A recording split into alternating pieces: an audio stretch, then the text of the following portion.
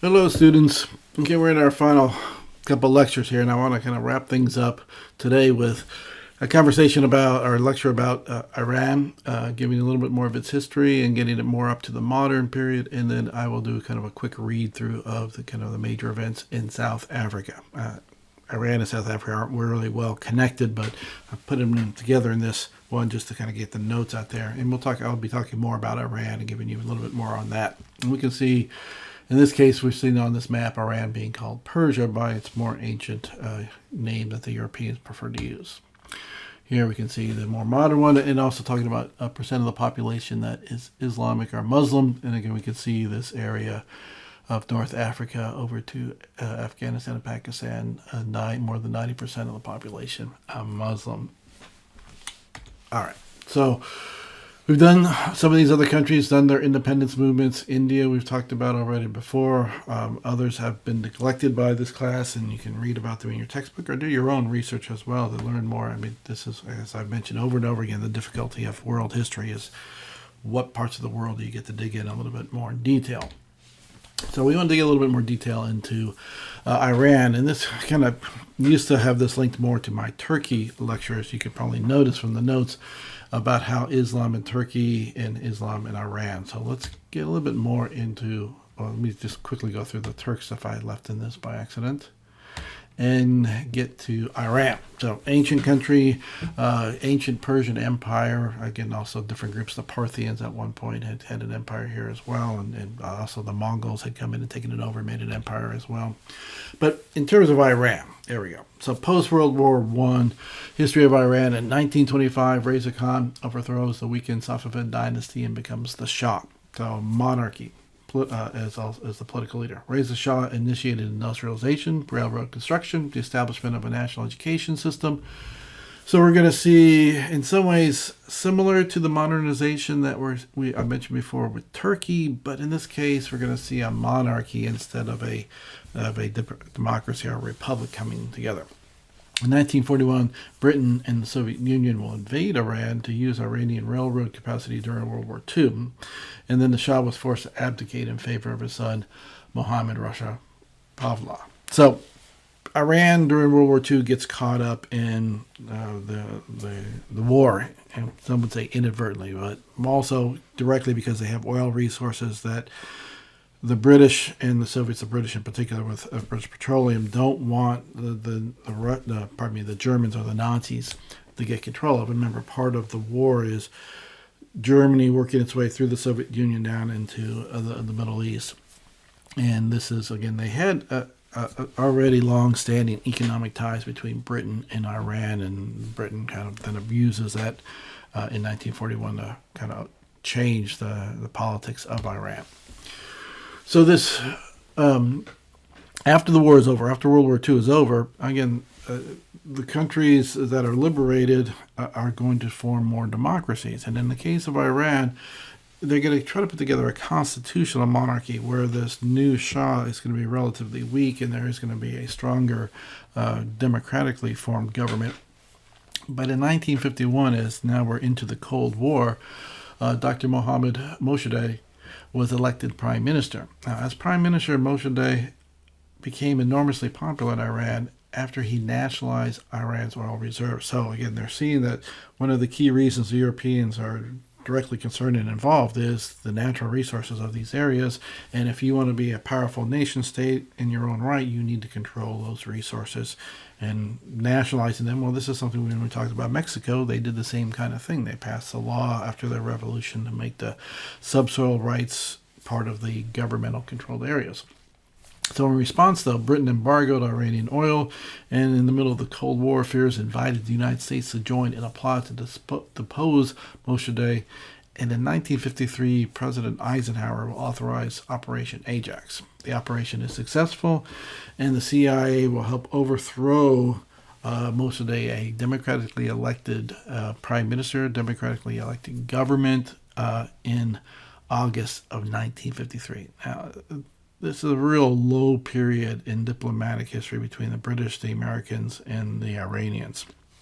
The CIA is actually quite proud of this evil that was done here. Now, again, the primary concern of the British and the United States is economic, with a little bit of the Cold War side as well. Because Mossadegh is doing redistribution of resources, that's socialist at the very least, and some would say it's communist. By 1951, the Cold War is a bigger concern. Iran is touches the Soviet Union, so is it possible, at least the Americans and the Europeans were arguing that this made them look like they were becoming more sympathetic to the Soviet Union. One of the long-standing problems with that argument is that those countries that are 90% Muslim have a hard time with the theoretical communism that is atheist and doesn't believe in God. Now, some of the socialist ideas and nation-state ideas, yes, but again, the United States is just, in 51, is just so blindsided by this concern that somehow Joe Stalin and the Soviet Union is going to take over the world that they believe that this type of overthrow of a democratically elected government is a positive. Oh, there's our Cold War map where we can see areas of developing nations. Actually, this is oddly drawn because these are all part of the Soviet Union right here, all the way down to where Iran is. So they are developing, but some of them are technically part of the communist world. I'm sorry, this map is a mistake. All right, let's get back to Iran. Iran became the center of Islamic revival in the 1970s with the growing opposition to Shah Mohammad Reza Pahlavi's modernization, secularization, and U.S.-supported government. So, again, the pictures I'm showing you is kind of like we saw with the Turks in the first half of the 20th century, trying to westernize, trying to modernize, trying to be more of a nation state, in this case, a constitutional monarchy, so they're still keeping the images of king or Shah. But again, getting rid of the veil, giving more independence and rights to the citizenry and socially, but not necessarily politically.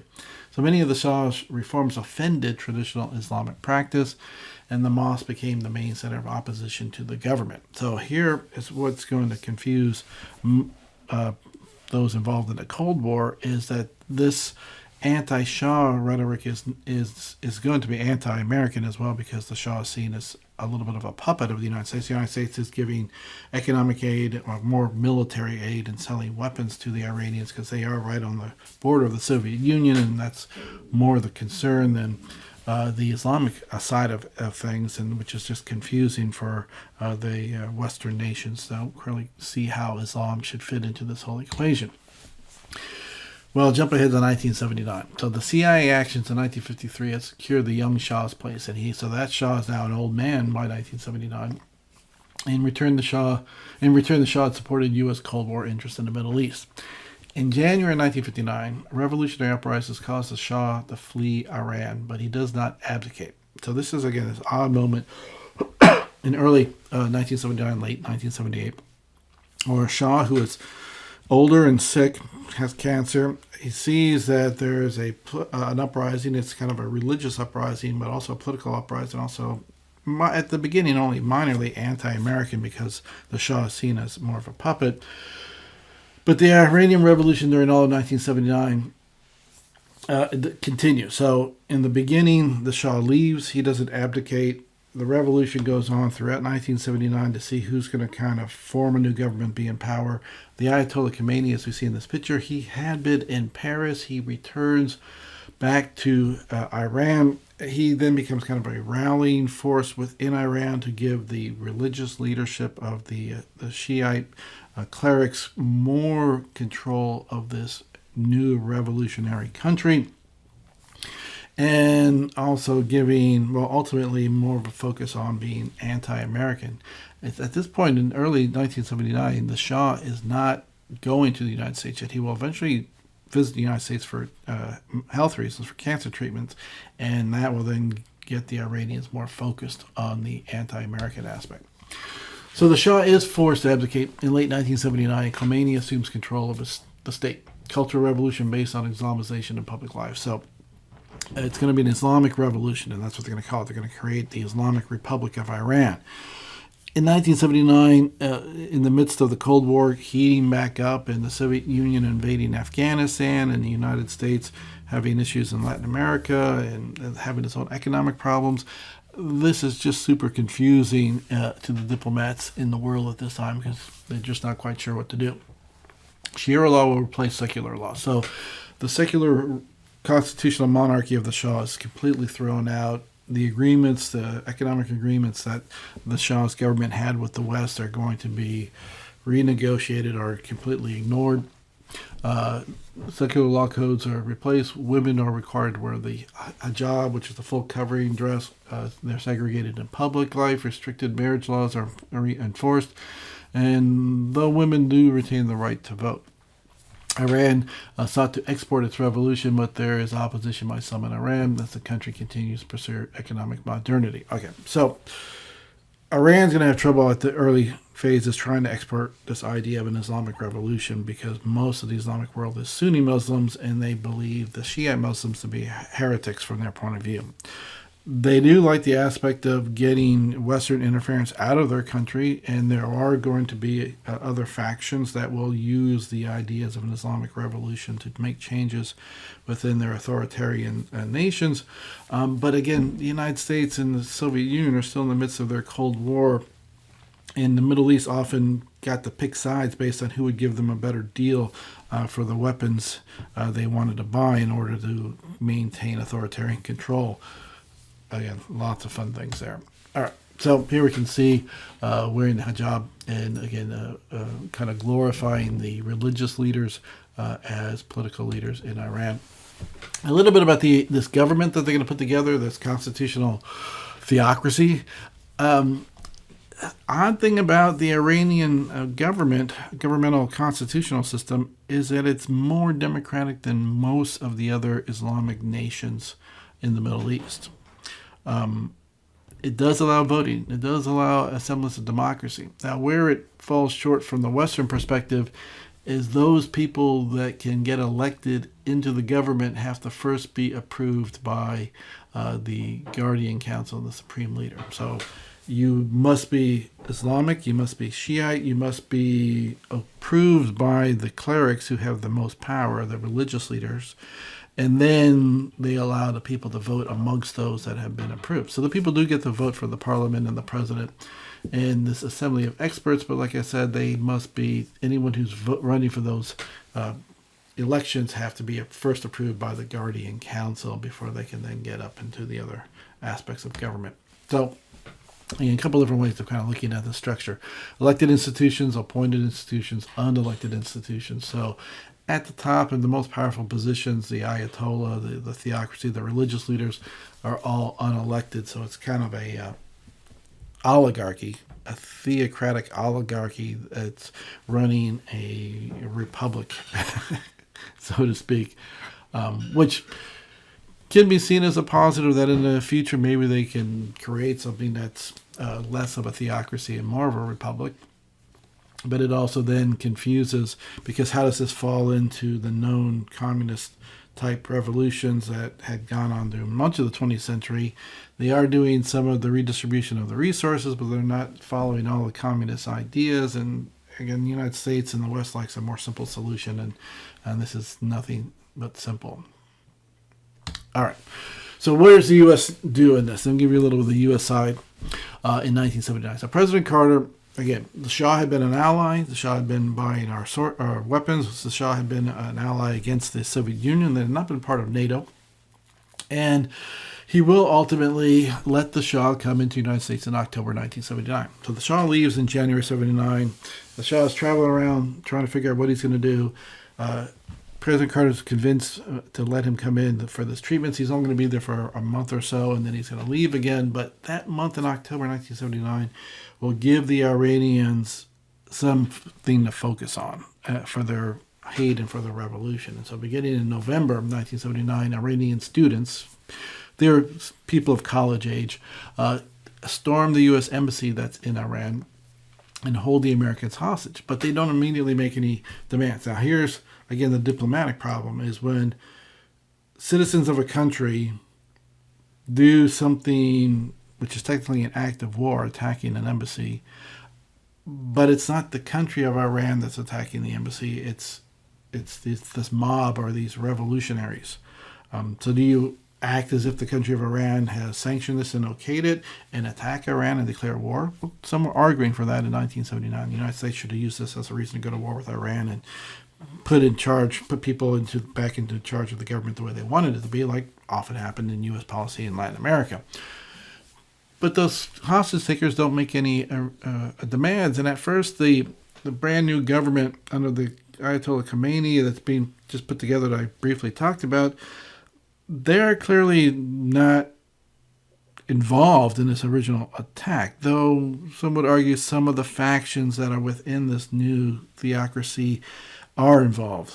So how much is the government involved or not? Well, ultimately, the Ayatollah will condone these actions, and the prime minister can do nothing to stop it. So kind of this power play falls under the religious leader. Says, okay, we're cool with what happened. The United States will become part of the focus. They're the ones who overthrew the government back in 1953. They clearly are the great Satan, as Iran liked to call us back in the day. And there is no longer this previous provisional Iranian government, and we're going to see this more theocratic government come to power. Now, the United States and President Carter are going to freeze Iranian assets to try to stop the flow of money. Iran can be a very wealthy country with all those oil resources, and also will expel any Iranian students from the United States and basically say we're going to break diplomatic ties, which is often what you do before you declare a war anyway. All right, so we have, for the next year and a half, 2 years, the American embassy will be occupied by the Iranians. It will then be condoned by the new Iranian government that's come to power. The United States will make an attempt to try to rescue those hostages, and at that point, the hostages will then be scattered around the country so they can't all be rescued at once. But finally, we do, in February 1980, get a request for demands to get those hostages released. And number one, the new Iranian government wants the Shah of Iran to be put on trial for crimes against the state. They also want all the wealth of the Shah, because he had been, the primary moneymaker in Iran with all these contracts for the oil. They wanted all that wealth back.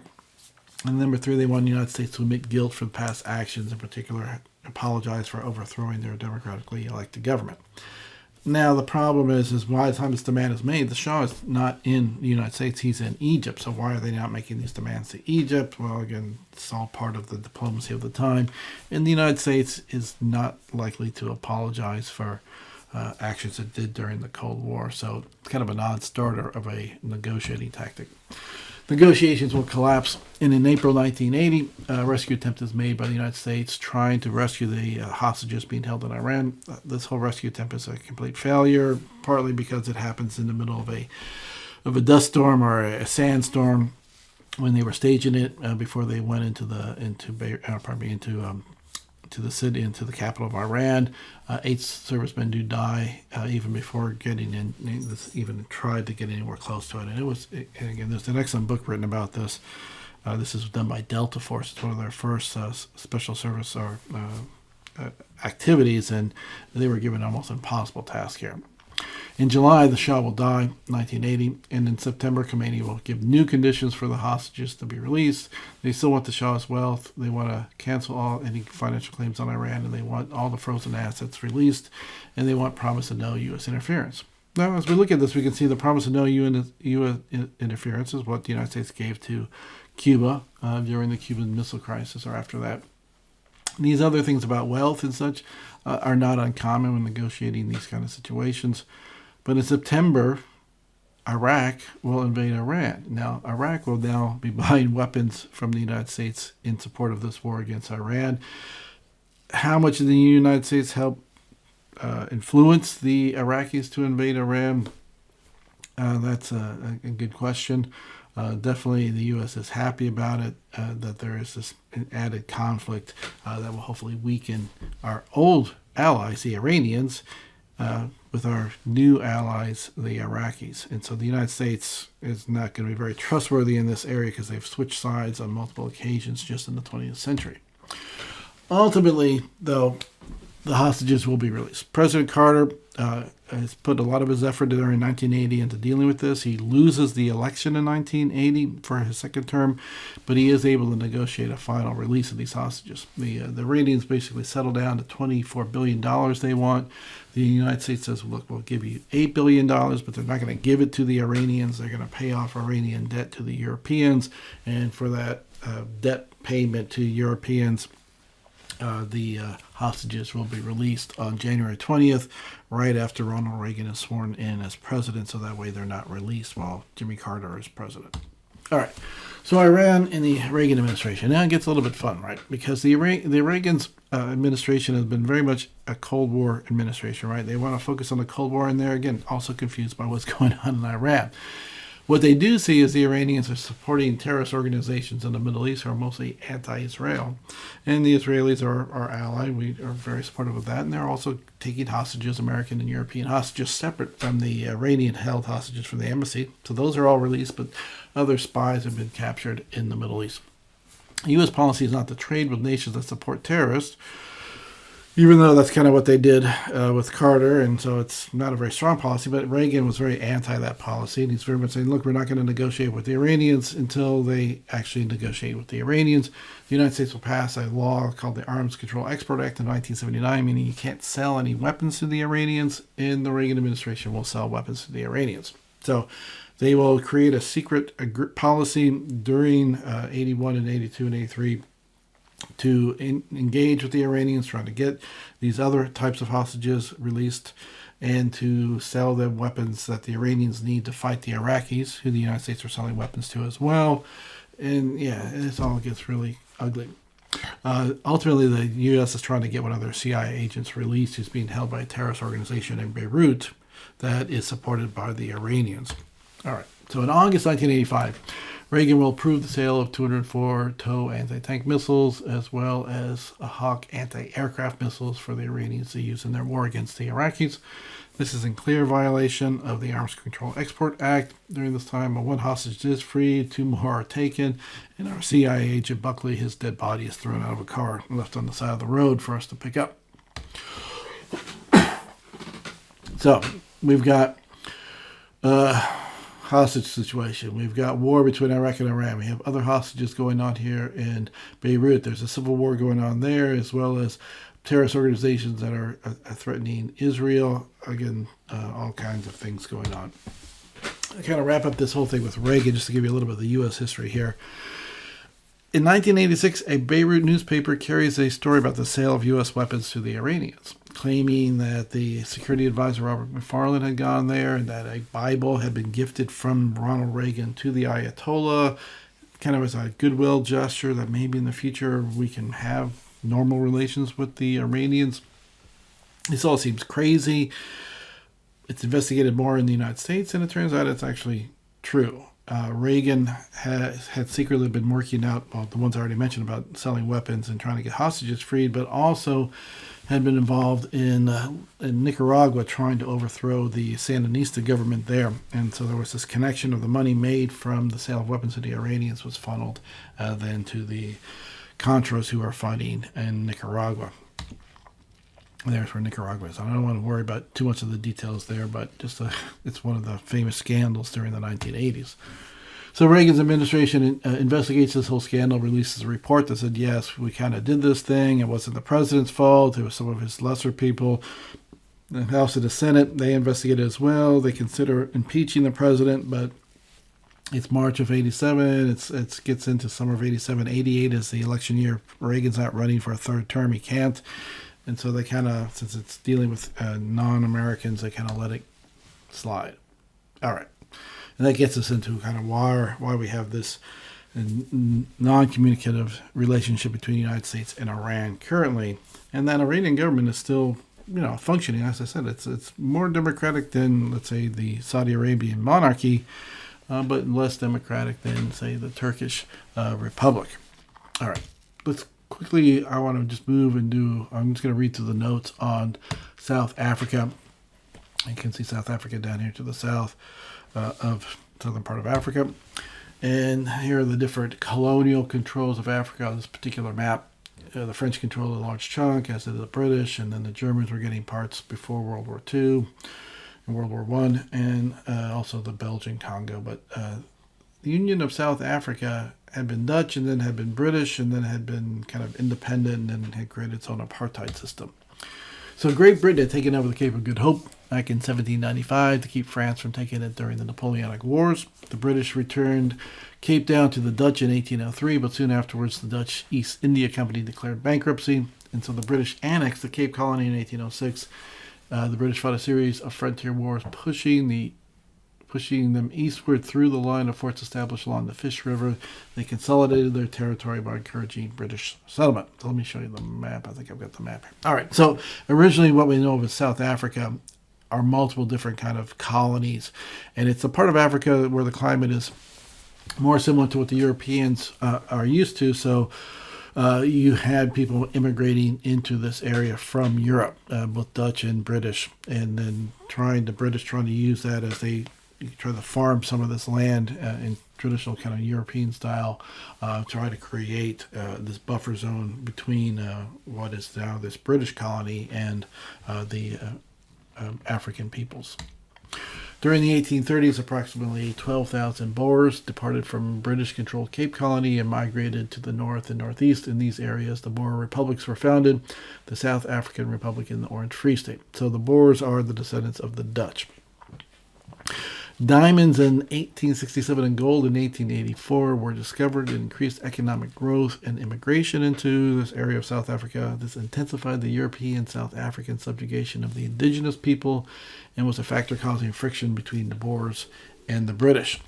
So, again, Free State, these areas where the people who had European peoples that had settled there are moving and farming and forming their own governments. And then the British now wanting to kind of coalesce all of this. The Boer Republic successfully resisted British encroachment during the First Boer War of 1880 to 1881, using guerrilla warfare tactics which were well suited to the local conditions. The British returned with greater numbers, more experience, and more suitable tactics than the Second Boer War from 1899 to 1902. The Boers' attempts to ally themselves with the German Southwest Africa provided the British with yet another excuse to take control of the Boer republics. So, in May 31st, 1910, exactly 8 years after the end of the Second Boer War, the Union of South Africa is created from the Cape and Natal colonies, as well as the republics of Orange Free State and Transvaal. This newly created Union of South Africa was a dominion of Great Britain. All right, so kind of a unique colonial experience within the British Empire in southern Africa, as controlling things on the Cape, getting control of other settler communities, fighting wars against the indigenous people of Africa, and then forming this new colonial entity called the Union of South Africa. The Natives Land Act of 1913 severely restricted the ownership of land by blacks or by indigenous Africans. At that stage, they had controlled a mere 7% of the country. All right. So, again, showing how maps can be confusing. Here's the different colonial areas that are going to be unified into the South Africa, controlled by the British for a period. Yeah, we got to get the British out of there. So in 1931, the Union of South Africa effectively granted independence from the United Kingdom with the passage of the Statute of Westminster. In 1934, the South African Party and the National Party merged to form the United Party, seeking reconciliation between the Afrikaners and English-speaking whites. And in 1939, the two parties split over the entry into World War II. So again, the Afrikaners, or the Boers, are speaking a Dutch language. The English-speaking whites, again, had fought against each other in this consolidation, but were also now unifying because they are the minority groups as compared to the African people, the indigenous Africans. And so they're going to try to put together this apartheid system to control this area. So in 1948, the National Party was elected to power. It intensified the implementation of racial segregation begun under the Dutch and the British colonial rule and subsequent South African governments since the Union was formed. The nationalist government systematized existing segregationist laws, classifying all people into three races, developing rights and limitations for each, such as past laws and residential restrictions. So if you're Black African, you can only live in certain areas. Black and white South Africans can't marry. Again, apartheid is very similar to Jim Crow, but even more so because the United States had these types of segregation laws. Remember, in the United States since the end of the Civil War, the white minority controlled the vastly larger black majority in South Africa. The system of segregation became known collectively as apartheid. So the white minority ruling over the African majority and controlling the resources, controlling the land, controlling the politics. All right, so racial concentration at homelands on this particular map. Again, because it's part of the British Empire, you do have people coming from India there as well. So they've classified as using the words colored, whites, blacks. So they also use a mixed race identity as well, which can be used to identify people who are of mixed race. And there are also other homelands that are either completely surrounded or partly surrounded, where the African indigenous people have full control over those particular areas. All right. The white minority enjoyed the highest standard of living in all of Africa. Often comparable to first world nations, the black majority remained disadvantaged by almost every standard, including income, education, housing, and life expectancy. In May of 1961, following a whites-only referendum, the country became a republic and left the British Commonwealth. So, being part of the British Commonwealth, you were an independent, but you just often recognized the Queen as your sovereign and had special economic ties. So that's now ended.